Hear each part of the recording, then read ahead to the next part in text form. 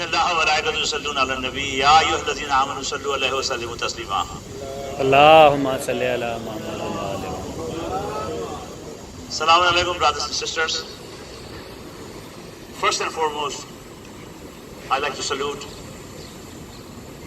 Ya Fatima Zahra Foundation, Brother Taqi Rizvi and Brother Javed Hussain for facilitating this beautiful, this more effective and efficient gathering, which we do it every year. We commemorate the desecration and the destruction of the Baqi, and we will not stop doing that. I can assure you. I want you to read a Surah Fatiha. I am very much cognizant of the fact that we have little time and we are going to talk about Baqi. Our ulama, mashallah, and other speakers have already spoken, so I will not repeat, which has already said. I'm more interested, brothers and sisters, in coming up with sort of a plan and effort on our part as to what we can do, not just for ourselves, but our generation in the future. The people who don't understand Urdu, the people who don't understand Arabic, the people who don't understand the language, which is their own English. That's the reason, and I've been asked by the organizers to speak in English, and that's what I'm doing. Please recite Surah Fatiha for the marhumin, for the shuhada of Yemen and Syria, please.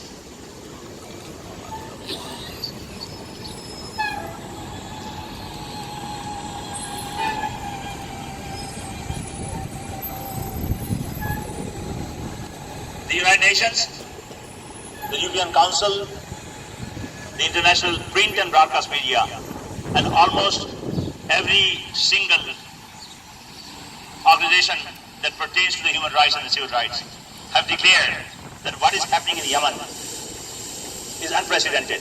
Hundreds and thousands of people have been killed. It's worse than what happened in Syria. It's worse what happened in Egypt. It's worse than what happened in many other countries. It's very bad. And the people behind it, you know who are they? It's the satanic regime of Saudi Arabia.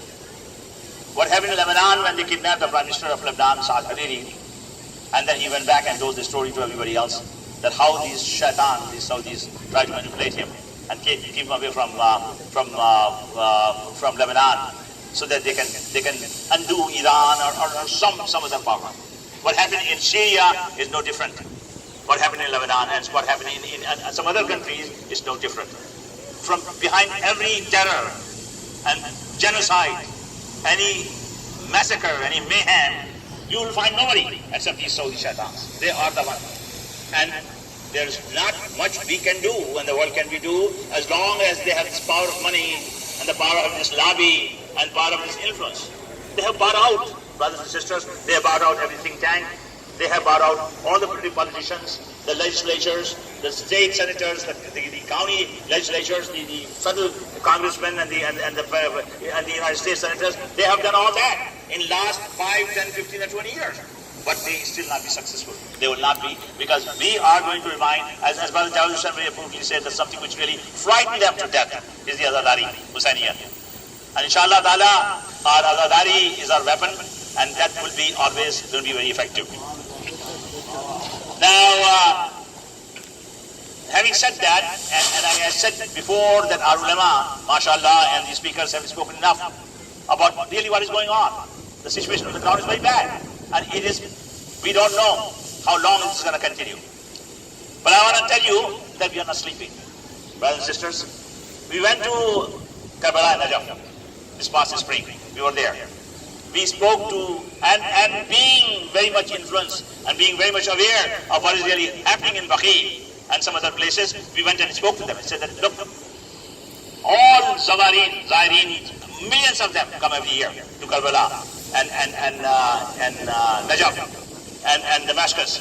They come and pay their homage and their respect to these places, to these people, okay, to these holy sites.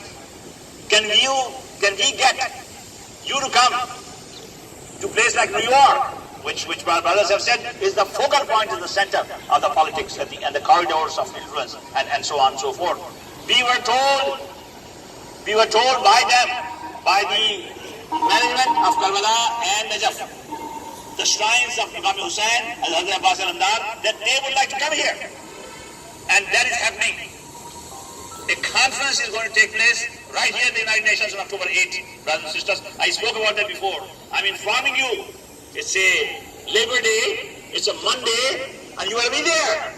Because we will have ambassadors from all over the world. It's right in the General Assembly, the conference is going to take place. And who's going to be there? The people from Hazrat Abbas al-Lamdar, the shrine of Hazrat Abbas al-Lamdar, and the people from Hazrat Imam Hussain. They are coming with a staff of 15 to 20 people. And there'll be an exhibition of Karbala and Hazrat Abbas al-Lamdar, and both shrines in Karbala. There will be an exhibition of that. That exhibition will entail a conference where there will be ambassadors. Saudi ambassador has promised to come. Muhammad Ibrahim bin Salman, the brother of Muhammad bin Salman, he's going to be there, and so will be the Iraqi ambassador, and the Irani ambassador, and the Afghani ambassador, and many other ambassadors we don't know, but the Secretary General has not promised, but the Deputy Secretary General will be there. In that conference, the theme of that conference is, brothers and sisters, and it's very much important, the theme of the conference is to snatch back the narrative of our Islam from the people who it doesn't belong to.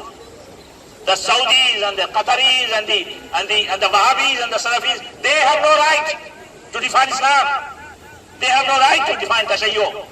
They have no right to define the meaning of the Ahl Sunnah wal Jamaat. We are going to snatch it away from them and bring it back to the Muslims, the real true Muslims. That's what the theme of the conference is. And they know it.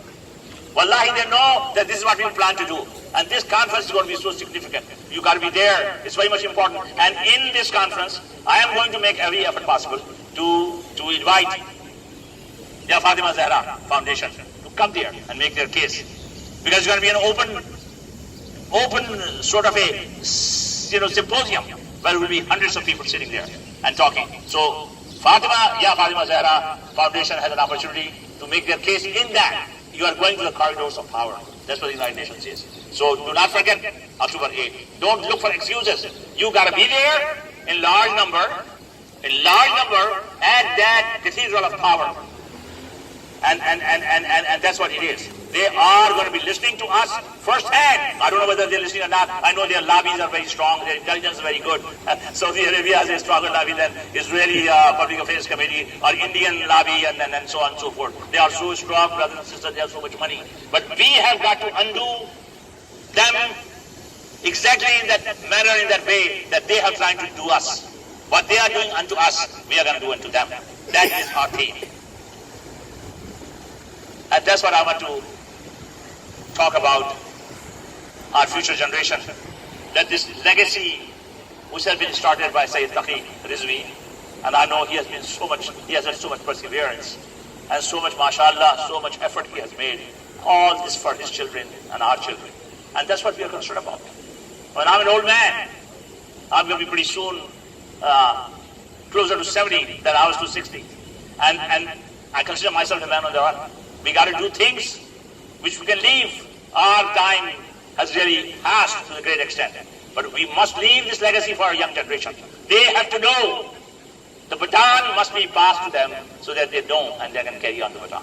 Thank you so much.